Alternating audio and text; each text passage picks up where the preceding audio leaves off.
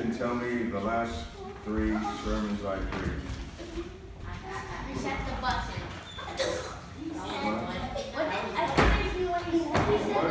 What were the last 3 messages that I preached to you? Okay, Samantha.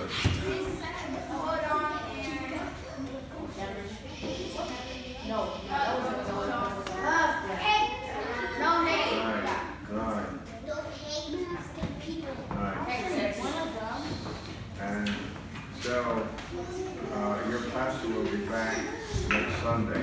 What did I say?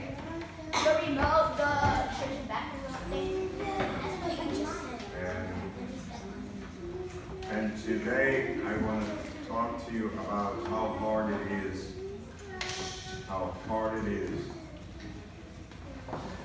to walk in righteousness. How hard it is.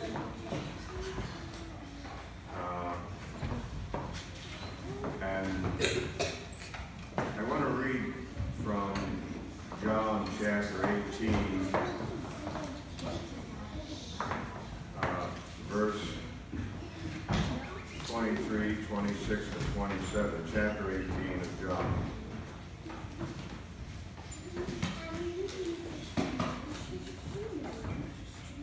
The scripture reading, Erica said that Peter said, where we're going to go, Jesus, that you're the only person we can go to. There's no one else that we can go to. And we're not going to go. Basically, he's saying we're not going to go any other place. We're not going to depart. We're not going to leave you. And that's what Peter was saying to Jesus. And the reason he was saying that is that at that time, so many disciples, not apostles. The apostles are the 12 men who follow Jesus. We are disciples. And there were many disciples, but there were only 12 apostles. And so in chapter 6 of the Gospel of John, and starting at the 53rd verse, Jesus was talking a lot of stuff. You're not going to understand this, so don't even try to figure it out. Don't even go there. But if you may be smart enough to figure it out.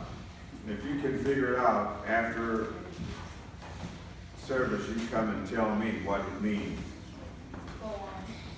Jesus said, verse 53 of chapter 6 of the Gospel of John. You want to go there? Yes. All right, go there. Wait, what chapter? Chapter 6. He said, Verily, verily, I say unto you, except ye eat my flesh, eat the flesh of the Son of Man, and drink his blood, and you have no life in you. You know what that means? Basically, what he was saying that this way is rough. This is a tough way. And in order to be able to live for Christ, you have to actually eat his flesh and drink his blood. Now, he doesn't mean that you have to eat his body and drink his blood. That's not what he meant. What he meant was, this way is hard. Then verse 56, he said, He that eateth my flesh and drinketh my blood dwelleth in me, and I in him. So now Christ is inside of you, and now you can live the life for Christ. You can be a Christian. But without Christ inside of you, you can't do it. It's very, very difficult. And then 58, he said, This is the bread which came down from heaven, not as your fathers did eat manna. He that eateth of this bread shall live forever. And verse 59, These things said he in the synagogue as he taught in Capernaum. Many, therefore, of his disciples, when they heard this, they said, whoa, whoa, whoa, we can't do that. And they decided they were no longer going to listen to Jesus. They weren't going to follow him anymore, and they turned away from Jesus.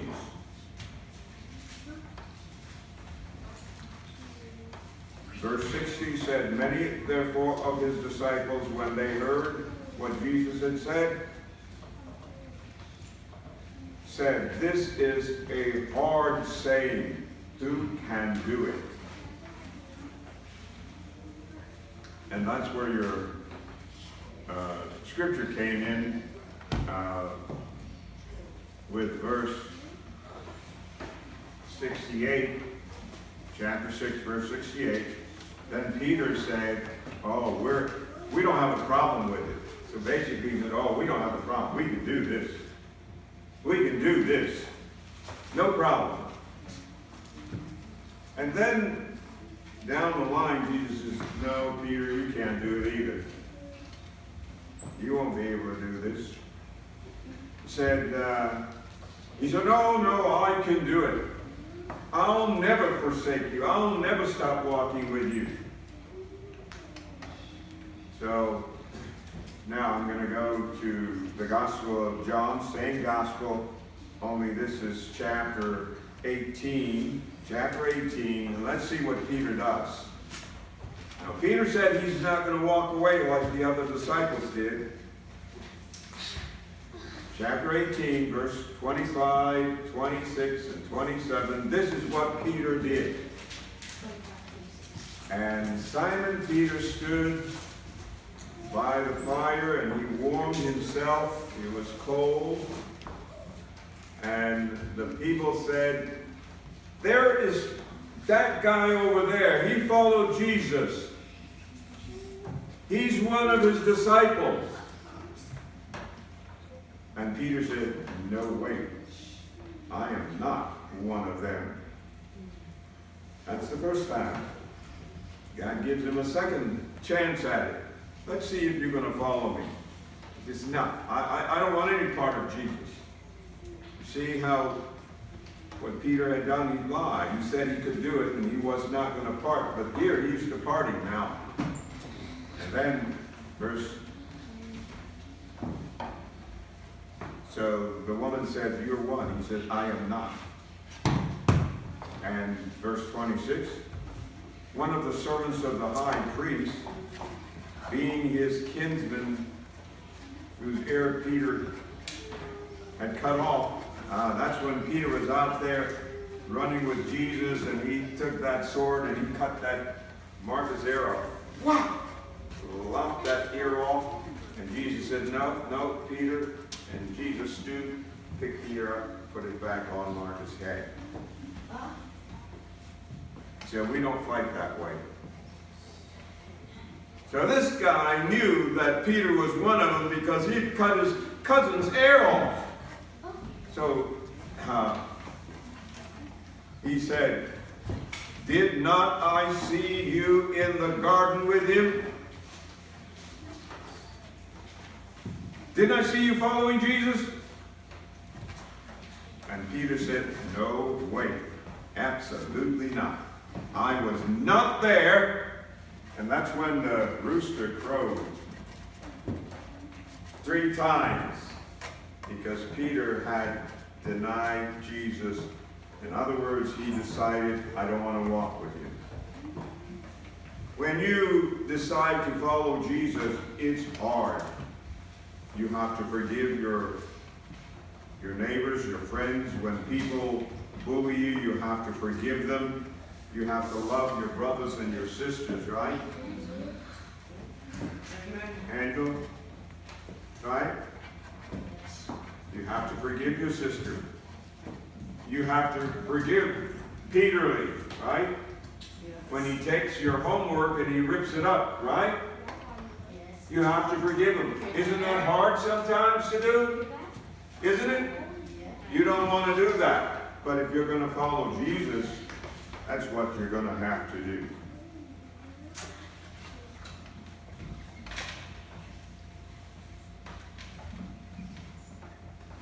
Now, I'm going to tell you a story. You might like this a little bit.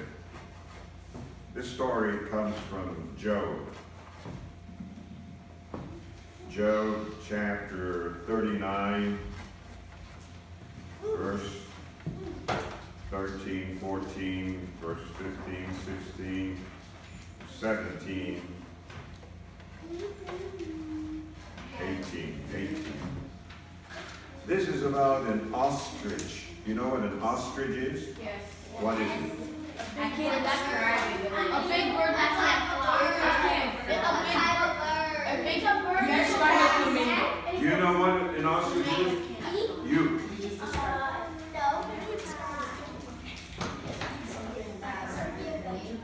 It's a big bird. It can't fly. What is peculiar or what is unique about this bird? It's very fast. It's fast. It can run fast. What else is unique about this bird? It has long legs. Has long legs. It can't fly. Okay. Go ahead. Has a neck like a giraffe. Ooh. It can't fly. Can't fly. God made a bird that's very unique, that can't fly. It's one of the biggest birds out there, but it can't fly. Ooh, another one. It sticks his head in the ground. Oh, he sticks his head in the ground. In other words, what does he mean by that? What does he mean when he says, you're like, you hear people say you're like an ostrich, you put your head in the ground. What does that mean? Somebody tell me what that means. Brother, what does that mean? It means you hide yourself from the real world, what's going on. You pretend You it don't doesn't want to know exist. what's going on. What? And so, what are some of the things? Now, just listen to what God says to Job. And you can see some of the things that this bird can do. Gavest thou the goodly wings unto the peacock, or the wings and feathers unto the ostrich? The ostrich has beautiful feathers. Where do you see these feathers? On his body. Well, No, people get them and they do what with them? Make hats. They make hats with them. They're so beautiful. You see very wealthy people walking around with these big plumes of feathers. They come from the ostrich, who can't fly.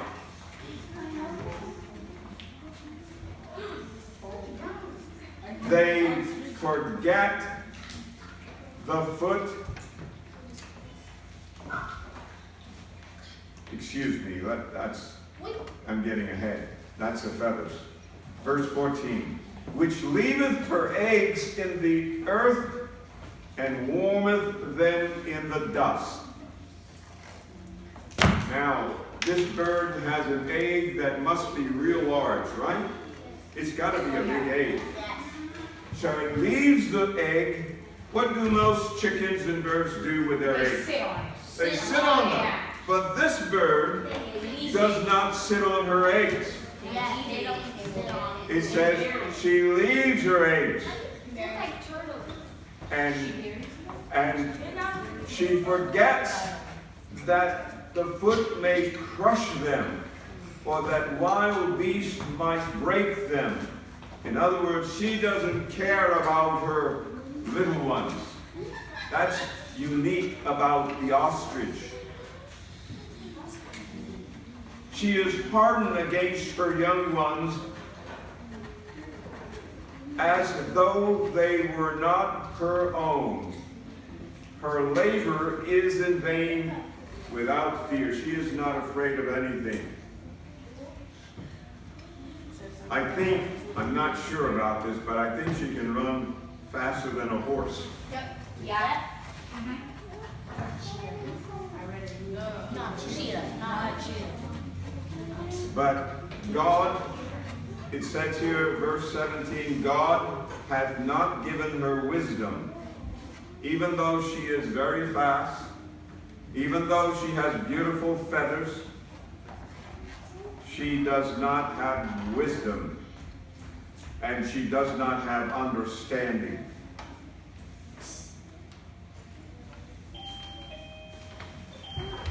New guest at the door.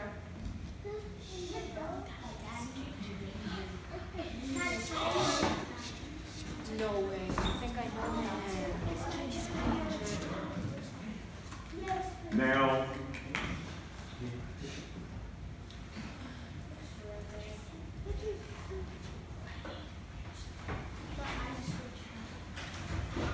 Now, you have a good picture of the ostrich. In other words, there is one word that we can apply to the ostrich. What is the word?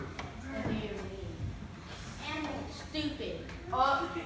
Is it very industrious? Does it like to work? No. What is it? Lazy. It's lazy. Like me. It is a lazy bird. That's the problem with it.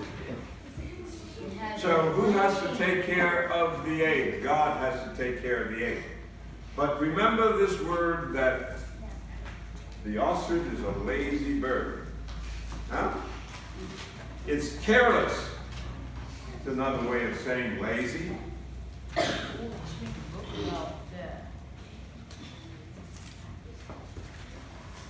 Now, before I go any further, I would like to say, if God says to you, "Well done, my good and faithful servant," that means God is happy with you. He's pleased with what you've done. Don't worry about what somebody else says about you. You hear that? Amen. If God says, "Well done," don't worry about what someone else says about you.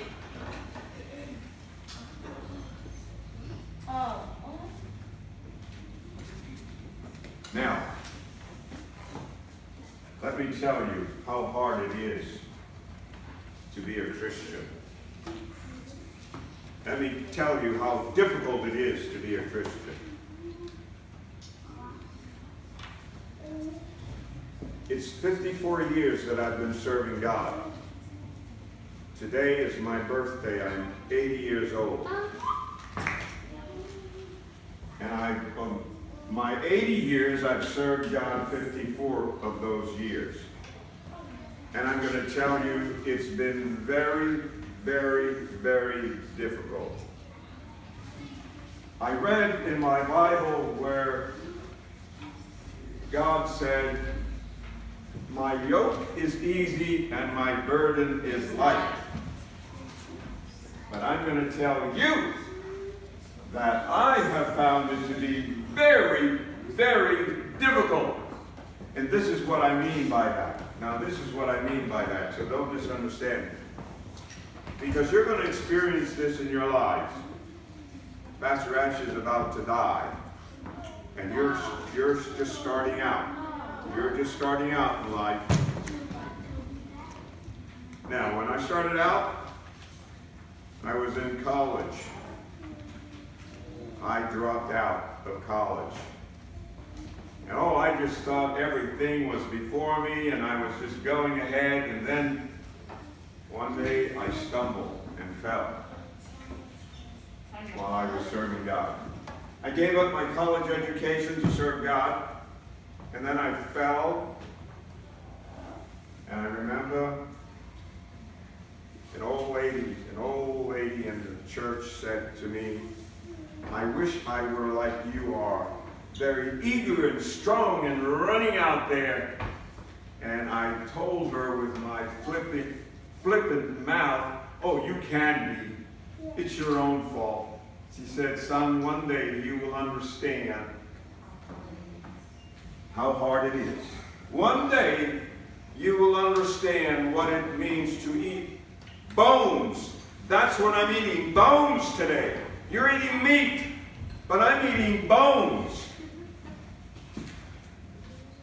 She died many years ago, decades ago. And it got hard.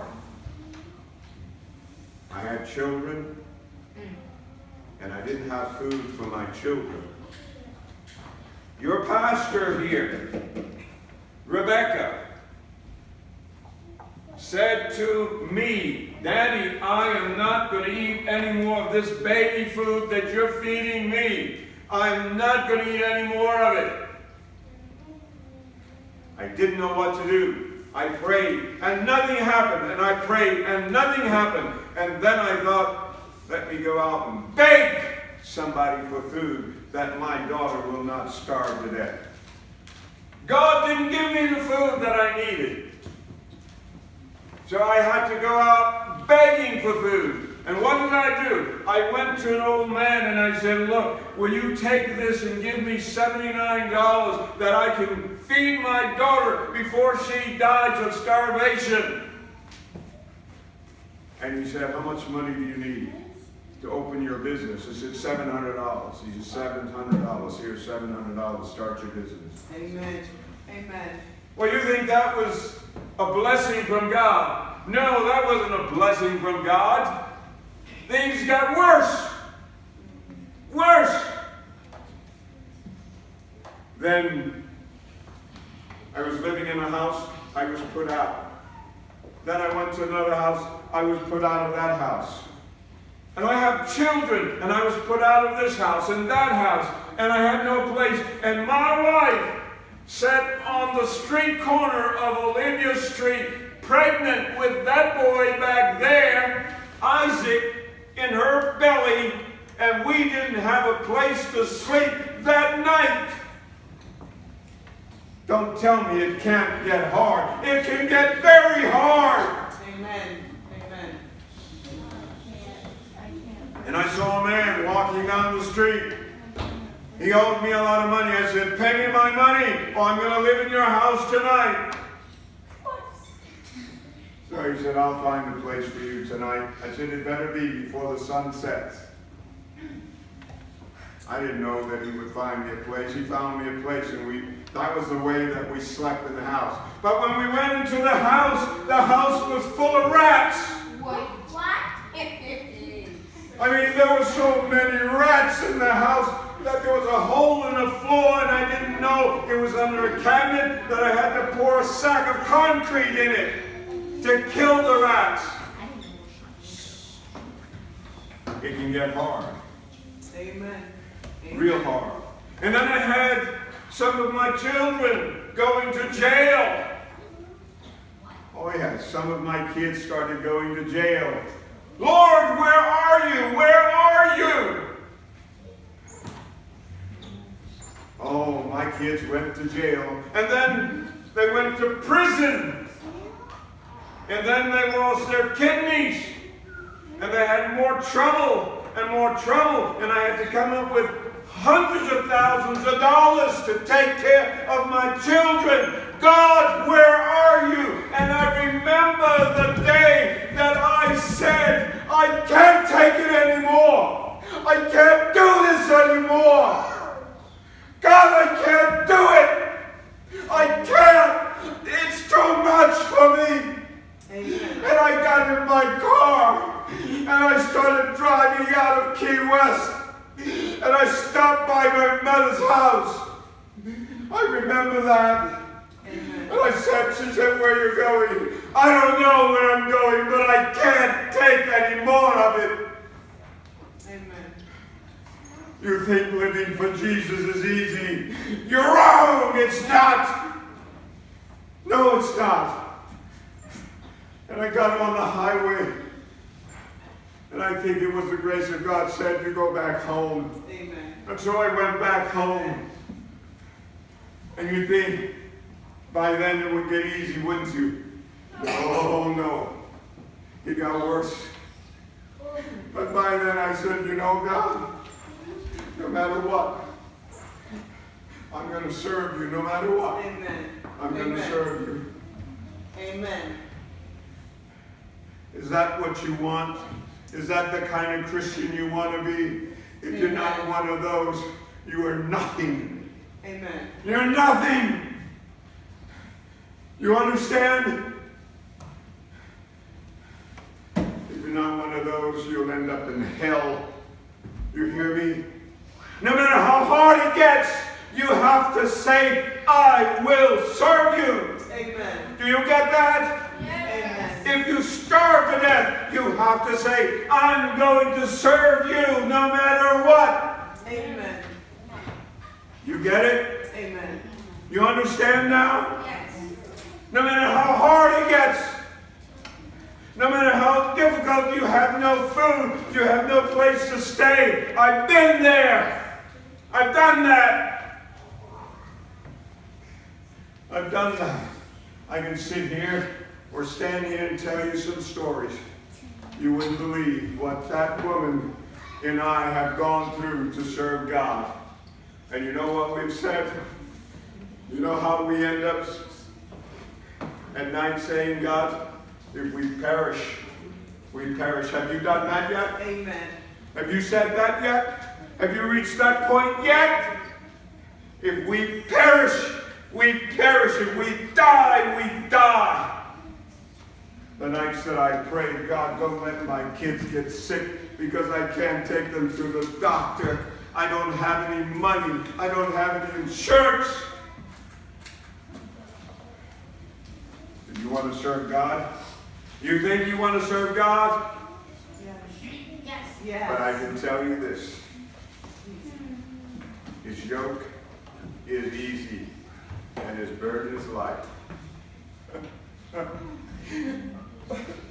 You know, let me show you, I'm an old man now, and I can't work like I used to, right? But a couple of days ago, someone called my wife and said, we're going to pay your rent for the next 6 months. Amen. You don't have to worry about it. Amen. God's going to take care of you when you say, I don't care what I go through. God's going to take care of you. You understand that? Amen. You understand that? Amen. Huh? God is going to take care of you. It's hard. But do I look hungry? Do I look hungry? No. Amen. I'm not hungry. The only thing that I'm hungry for is the Word of God. So, I told you it would be hard, wouldn't I? Didn't I? Didn't I? Yes. You still want to serve God? Yes. You still want to serve Him? Yes. Good. Girl. Will you forget this message today? No. No, you're not going to forget this one. You see, Peter had to go through this. Paul the Apostle has to go through it. Sister Simone, you're going to have to go through it. Sister Abigail, Brother Greg, you're going to have to go through this. And you're going to have to succeed with it. But you know, without Christ, you won't make it. Amen. You understand that? That's what he was saying. Without me, you will not make it. You have to have Christ inside of you. That's what he means when he says you have to eat my flesh and drink my blood. Got it? Huh? In other words, when you eat something, it goes where? Inside. When you drink something, it goes where? Inside. And it becomes a part of your body. Doesn't it? The waste, the bad part, the parts that you don't want. So that's your message for today. Did you understand it? Yes. You understand about the lazy bird? Yes. You're going to be a lazy bird? Yes. Beautiful, No. beautiful feathers, run faster than the race is not given to the swift. Isn't that what it says? Yes. No. Beauty is vain. No. Beauty is vain. She's beautiful with all these beautiful feathers, and yet she is lazy. careless. So now you keep that in mind. You're either going to be like the ostrich, or you're going to follow like Pastor Ashe. Amen. Amen. Sister Ashe. No matter how hard it gets. No matter how difficult it gets. Because you know what? In eternity, I'm going to testify against you. You know that? If you don't make it, when I stand before God, I'm going to say, I told you, didn't I? Didn't I tell you? Yes. Huh? So when you come to the hard part, what do? What do I tell you to do when it's so difficult? What? Pray. Serve him. I don't know. Serve No matter him. what I go through, you have to still serve God. No matter what. I said you got a rope. Oh, you got to hold on. That's all you can do. Nothing else you can do. And God will give you the strength to hold on. Simple, right? All right, smart kids. You go with that today. And we have a stranger here, and I think I know the stranger.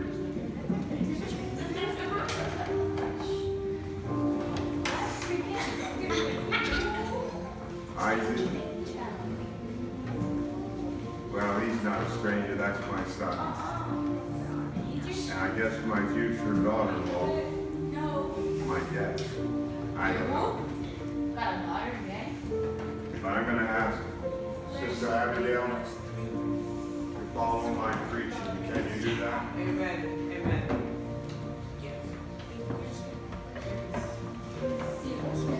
Stand and sing, page 315.